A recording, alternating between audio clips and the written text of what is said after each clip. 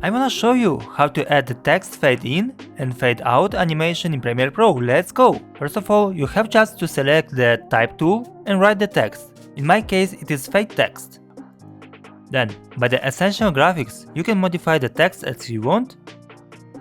Following, go to the effects and write the linear wipe. Add the linear wipe effect 2 times to your text layer. Come back to the effects controls, click the stopwatch button for transition completion, then modify the value to 100%.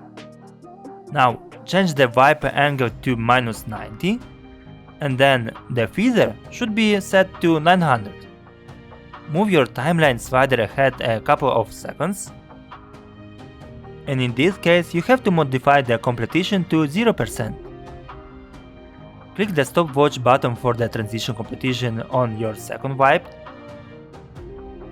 and following, modify the feather to 900. Now move your timeline slider ahead a couple of seconds again, and modify your completion to 100%. Everything is ready, let's see the result. Help to grow this channel, put your like and subscribe.